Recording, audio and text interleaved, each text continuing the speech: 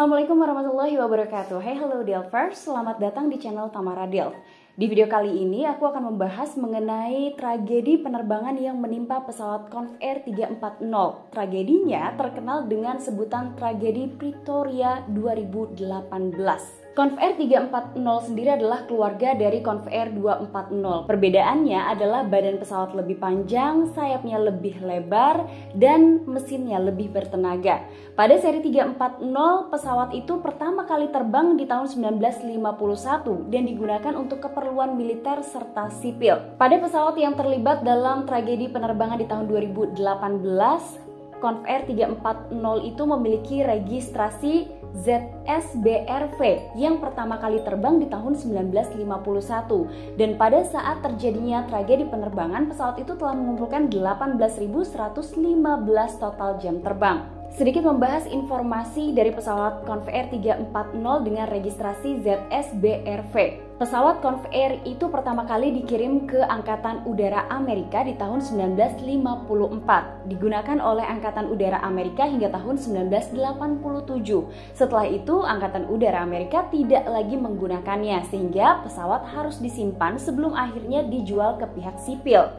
Pesawat tersebut kemudian dijual ke beberapa pemilik hingga akhirnya operator pemiliknya adalah Rofos Air, di mana Rofos Air sendiri merupakan maskapai penerbangan charteran asal Afrika Selatan. Sejak tahun 2001, pesawat Convair 340 itu digunakan oleh Rofos Air untuk perjalanan safari mewah. Nah, pihak dari Rofos Air menggunakan Convair 340 itu hingga tahun 2009, dan itu adalah tahun terakhir setelah tidak digunakan lagi untuk perjalanan safari mewah. Pesawatnya hanya disimpan.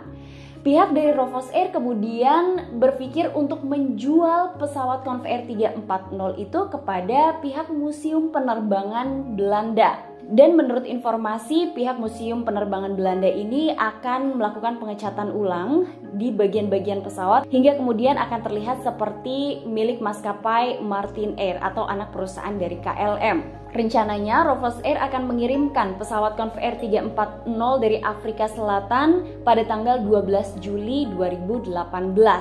Nah, pesawat itu direncanakan akan terbang melalui rute Afrika Timur, kemudian terbang ke Eropa Tengah untuk selanjutnya terbang dan mendarat ke Belanda. Diperkirakan pesawat itu akan tiba di Belanda pada tanggal 23 Juli 2018. Sebelum pesawat itu diberikan atau diserahkan kepada pihak Belanda, pihak Rofos Air ini melakukan pengecatan ulang, pemeriksaan, kemudian juga perbaikan-perbaikan di beberapa bagian pesawat.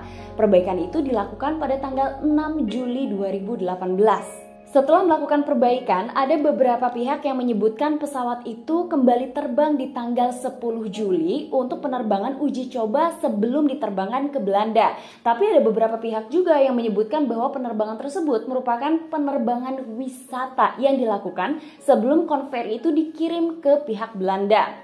Lantas apa yang terjadi pada penerbangan Convair 340 sampai terkenal sebagai tragedi Pretoria? Bagaimana tidak terkenal dan bagaimana kejadian ini tidak diingat oleh publik? Karena ternyata rekaman detik-detik kecelakaannya itu tersebar ke publik.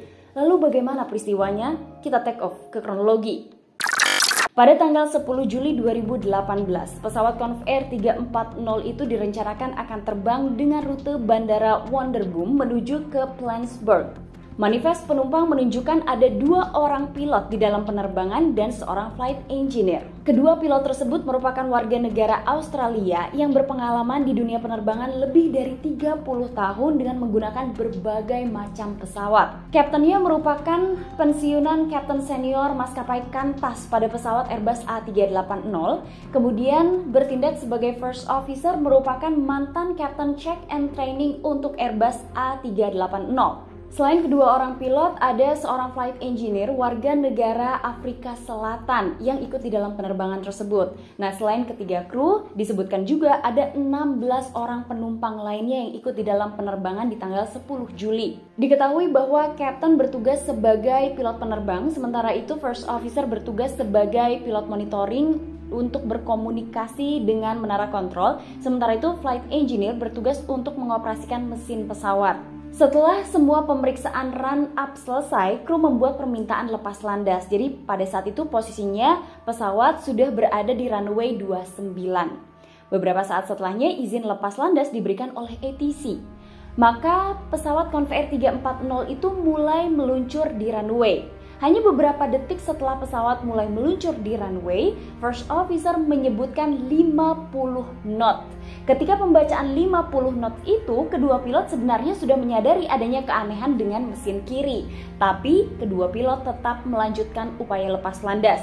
Beberapa detik kemudian terdengar First Officer menyebutkan V1. V1 adalah kecepatan di mana kedua pilot sudah tidak bisa lagi membatalkan upaya lepas landas.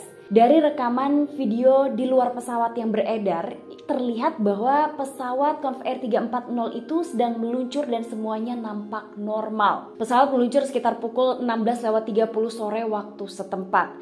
Tapi setelah pesawat itu meluncur di runway atau di landasan, setelah roda pendaratannya itu mulai terangkat, pesawat mulai mengudara. Sesuatu yang aneh mulai terlihat dari rekaman itu, di mana mesin sebelah kiri pesawat mengeluarkan asap tebal berwarna coklat, dan ini merupakan hal yang tidak biasa. Berbeda dengan rekaman video yang diambil dari luar pesawat oleh orang-orang yang berkumpul di sekitar Bandara Wonderboom, ada pernyataan dari pihak ATC yang menyebutkan setelah pesawat itu lepas landas, pesawat akan terbang di sekitar Bendungan Bon Accord.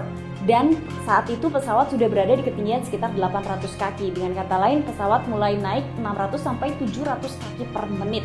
Selain rekaman dari orang-orang yang berada di luar pesawat atau tepatnya di sekitar Bandara Wonderboom, ada juga rekaman yang diambil oleh salah seorang penumpang. Nah, ketika pesawat itu mulai mengeluarkan asap berwarna coklat, salah seorang penumpang mulai menyalakan rekamannya dan memperlihatkan bagaimana kondisi mesin sebelah kiri yang mengeluarkan asap dan juga berada dalam kondisi bergetar. Di rekaman itu terdengar ada beberapa penumpang yang mulai berbicara bahwa kondisi mesin semakin lama semakin parah. Pilot seharusnya memutuskan untuk kembali menuju ke bandara asal dan juga mematikan mesin yang bermasalah. Ternyata dari laporan penyelidikan bukan hanya ada rekaman dari salah seorang penumpang di kabin penumpang, tapi ada juga rekaman dari kamera GoPro yang diletakkan di kokpit. Rekaman itu menunjukkan bahwa kedua pilot kebingungan saat melihat pengukur RPM mesin kiri berfluktuasi. Selain itu juga rekaman kamera GoPro itu merekam adanya bunyi peringatan, di mana peringatan itu menunjukkan ada salah satu mesin pesawat yang terbakar. Karena ternyata hal itu memang benar terjadi. Salah seorang penumpang yang sejak awal merekam ini memberikan informasi bahwa mesin pesawat bukan hanya mengeluarkan asap berwarna coklat tebal, tapi mulai terbakar. Namun anehnya, pilot tetap melanjutkan penerbangan. Saat kondisi penumpang semakin panik, pilot akhirnya memutuskan akan melakukan sebuah manuver untuk kembali ke bandara asal. Tapi ternyata pada saat ia mengambil kolom kontrolnya dan berusaha untuk memutar pesawat, saat itu ia menyadari adanya masalah pada aileron pesawat, sehingga ia meminta bantuan input dari First Officer dari kolom kontrol First Officer. Ternyata ada salah seorang penumpang juga yang melaporkan kondisi terbakarnya salah satu mesin pesawat kepada flight engineer. Tapi anehnya flight engineer dan kedua pilot saat itu tidak cukup yakin mesin mana yang sebenarnya terbakar. Bukan hanya tidak yakin dengan kondisi mesin yang terbakar, tapi saat itu ketiga kru penerbangan tidak cukup yakin apakah mereka sudah menarik roda pendaratan. Kedua pilot dan juga flight engineer ini saling bertanya mesin mana yang terbakar dan kemungkinan mereka tidak mengaktifkan alat pemadam kebakaran mesin pesawat. Hal yang sangat disayangkan ketika pilot berupaya untuk melakukan manuver kembali ke bandara asal, ternyata pesawat itu tidak bisa mempertahankan ketinggiannya. Walhasil pesawat yang seharusnya kembali dengan aman ke bandara asalnya tiba-tiba saja menabrak kabel listrik di daerah perindustrian sejauh 71 meter. Pesawat itu tidak berhenti setelah menabrak kabel, tapi pesawat itu justru menabrak pucuk-pucuk pohon sejauh 17 meter. Pesawat masih juga belum berhenti. Setelah menabrak pucuk pohon, pesawat itu menabrak dua kendaraan. Setelah menabrak dua kendaraan, bahkan pesawat Convair 340 itu belum juga berhenti. Pesawat itu baru berhenti setelah menabrak bangunan pabrik logam dan juga susu. Beberapa saat setelahnya pesawat itu kemudian jatuh. Ketika pesawat itu jatuh, rekaman salah seorang penumpang ini tidak pernah dimatikan selama penerbangan sehingga merekam detik-detik ketika pesawat itu jatuh. Rekamannya memang gelap, tapi terdengar suara-suara kepanikan di dalam pesawat. Setelah pesawat itu jatuh menghantam tanah, barulah rekaman itu menunjukkan kondisi di bagian jendela pesawat dan memperlihatkan bagaimana kacaunya kabin penumpang.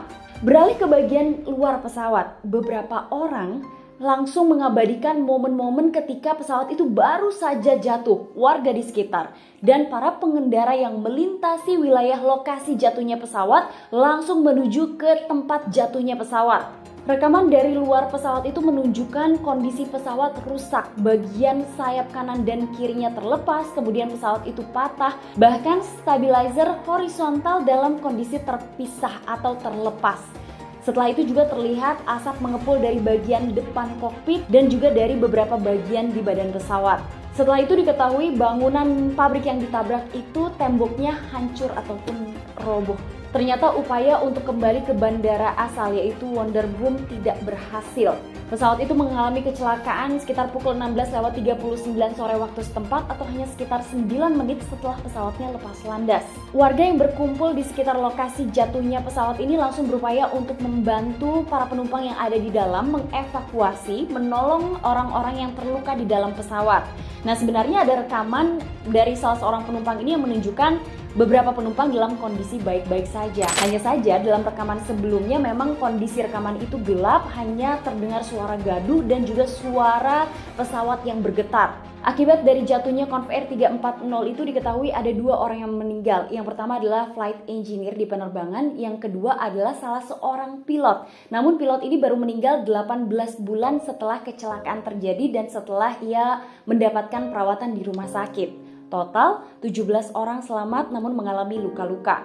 Biro Investigasi Afrika Selatan berjanji untuk mengeluarkan laporan awal atau preliminary kepada publik 30 hari setelah kecelakaan terjadi. Dan memang benar di awal bulan Agustus 2018, Biro Investigasi Afrika Selatan ini langsung memberikan penemuan apa saja yang telah ditemukan oleh mereka sejak awal penyelidikan. Hingga kemudian di akhir bulan Agustus 2018, Biro Investigasi Afrika Selatan resmi mengumumkan mengenai laporan akhir yang telah dibuatnya.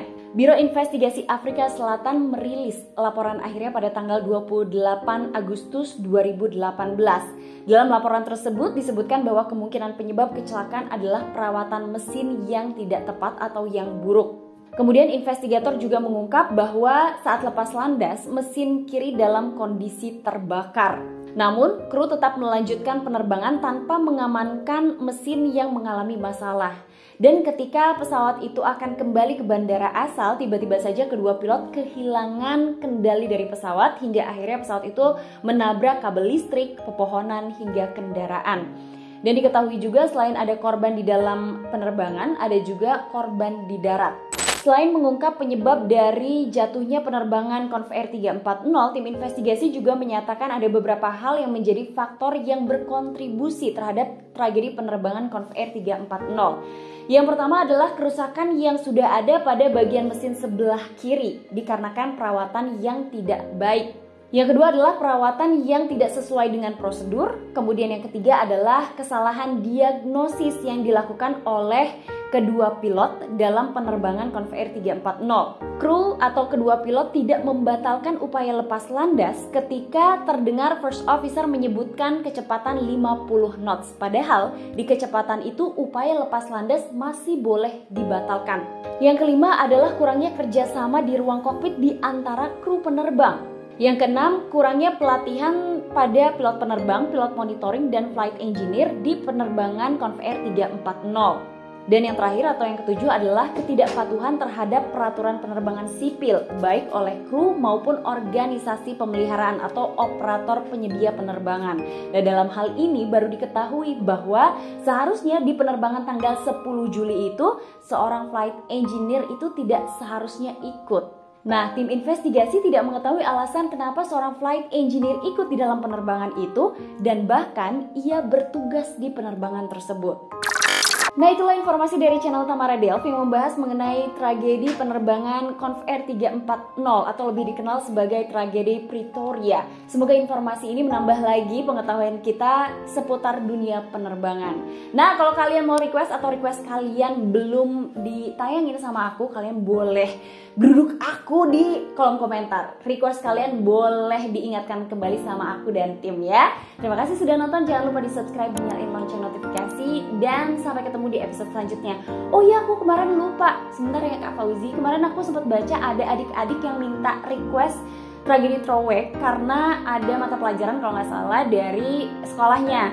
Tapi aku minta maaf sekali karena Throwback memang belum dibahas. Itu disebabkan karena keterbatasan aku dan juga tim untuk membahas Throwback. Belum lagi kami belum meminta izin kepada Daup 5 atau Daup 6 gitu yang membahas tentang tragedi Throwback. Jadi mungkin kedepannya akan kita usahakan ya. Terima kasih, sampai ketemu lagi. Assalamualaikum warahmatullahi wabarakatuh. Bye bye.